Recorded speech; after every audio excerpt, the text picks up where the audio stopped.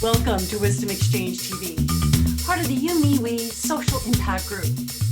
I'm Suzanne F. Stevens, international speaker, social entrepreneur, author, and your host. In this next episode, we interview Peggy Shaughnessy, CEO and founder of Whitepath Consulting, connecting the disconnected.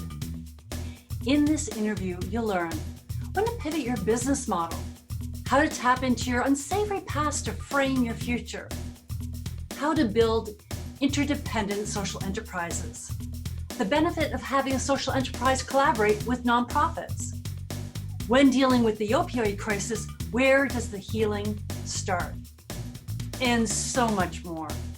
Join us for the full interview at wisdomexchangetv.com. Peggy Shaughnessy, where you will be inspired on how to make your contribution count. And you started, as we already discussed, in the prisons to help the disconnected to become connected. But you didn't stay in the prisons. You decided to shift again. Once you started down this path, you shifted your business. Why did you do that? Well, I think in business, we always have to be looking at where we need to shift. And so I didn't feel that I was able to get to the amount of people that I wanted to get, or that I could reduce recidivism within the walls that were holding the inmates themselves. So that then took me to going to communities, and many remote communities, to see how I could leave something behind that they could use themselves for their own journey. There's people who've had mental health issues for years due to trauma. And now we're finding people who have mental health issues that really didn't know they had them.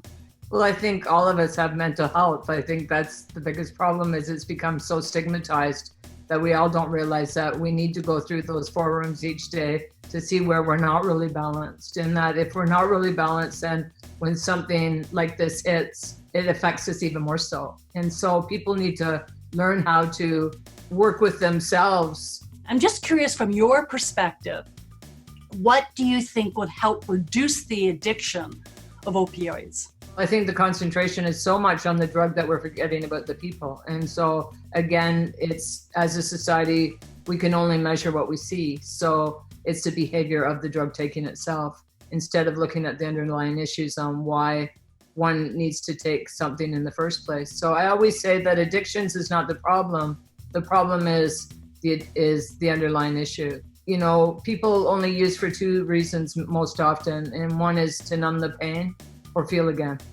And so we have to figure out why one needs to numb pains, or why one has been so numb their whole life that they want to feel.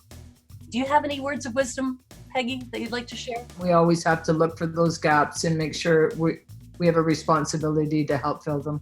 And so let's make our communities healthy and well. This episode is sponsored by Make Your Contribution Count for You, Me, We, a book written by Suzanne F. Stevens.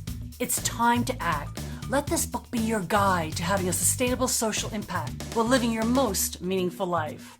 Thanks for listening.